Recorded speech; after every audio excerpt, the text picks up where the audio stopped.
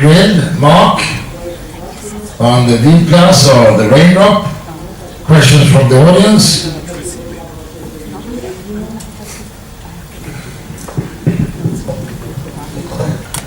Спасибо большое за прекраснейшее выступление, за интересный доклад. Хочется узнать, что вы думаете, что будет с этим имплантатом в отдаленные сроки. Что я имею в виду? Я имею в виду образование капсулы. Понятное дело, что материал хорошо совместим, и капсула будет формироваться по физиологическому для роговицы типу, прозрачному. Но она будет. И имплантат по краю имеет у вас 12 микрон. Соответственно, капсула вокруг имплантата тоже будет формироваться. И со временем она будет больше. Это все по центру зрачка. Соответственно, пациент может это со временем начинать видеть. Я имею в виду, это будет мешать ему. Первый момент. Второй момент. С возрастом у пациента будет прогрессировать пресбиопия. С возрастом у человека будет ухудшаться нейроадаптация. Вот в этом аспекте просто интересно узнать, как ваше мнение. Может быть, у вас пока еще нету длительного времени наблюдения за этой клинической ситуацией. Но что вы по этому думаете? Спасибо. Thank you. I'll try to answer the question. Obviously, as you mentioned, we don't know the long-term results of this inlay. However, with the patients that I have implanted at the moment, the discussion pre-operatively is very important, because I point out to the patients that the presbyopia is progressive, that lens changes in time could change the refraction, they could drift hyperopic anyway. And so I say to them, this is not a permanent solution for your presbyopia. I say to them that the amount of benefit that they will get from the implant will diminish with time because of the progression of the presbyopia. And the patients accept this, so long as it's all disclosed before. And I say to them, if the lens changes, then eventually we will probably need to change the lens. And that the solution for presbyopia is a progressive solution. That there's not one solution for everyone, and there's not one solution for you for the rest of your life.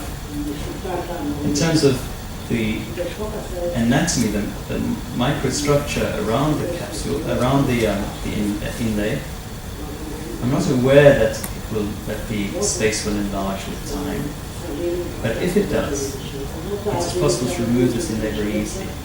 But I haven't seen that in the experience I've had. But it should be very easy to remove if the need should arise. I'm not sure if that answers your question. More from the audience, John, and then Vicente, and then. Obviously, you changed the asphericity, right? And why you don't put on both sides this inlay? Because you will improve your facility to learn, to read and to see from far, like we do like a Presby LASIK in our platform. That's a good question. Well, it would technically be possible to put this into both eyes. The thing is that if the patient's happy with one eye being done, then there's no reason to do the other eye. However, if the patient wasn't happy and said to me, I want the other eye done, in an extended study we could look at that. We haven't experienced with it at the moment, but it's not an exclusion. It's something perhaps for the future. Vicente? Wait. Why don't you use pocket for the implantation? Only use flap? Or there are not devices for the implantation with pocket? Or why?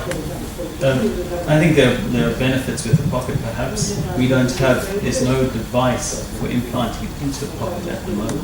The consistency of this inlay is quite different to the other inlays available. And it is much more gel-like. It's not very rigid, it's not very firm. And to implant it, you have to make sure it comes out and it's flat. And if you do implant it and it crumples with an injector, that would be a problem, especially if it's deep and in the pocket. The consistency is very much like the capsule of the lens. When you take a little piece of capsular excess, that's what it's like. and to inject that will be difficult, possibly in the future.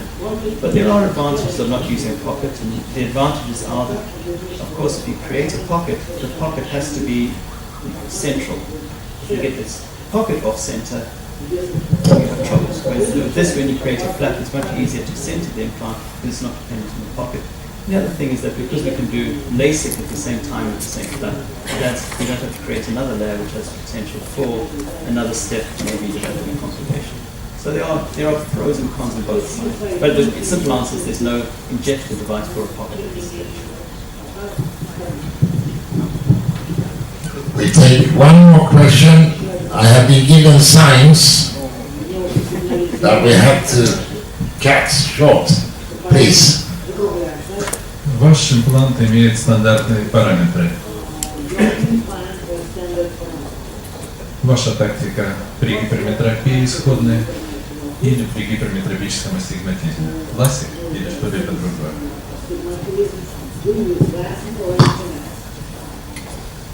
Thank you. The question is about if the patient has concomitant refractive error. The answer is I haven't yet. I have just done emmetropes, but Enrique Barragan and some of my other colleagues have done patients who have concomitant refractive errors, myopia or hyperopia. The strategy then is you must make a decision about whether you're going to ultimately have the patient emmetropic with an inlay or slightly myopic.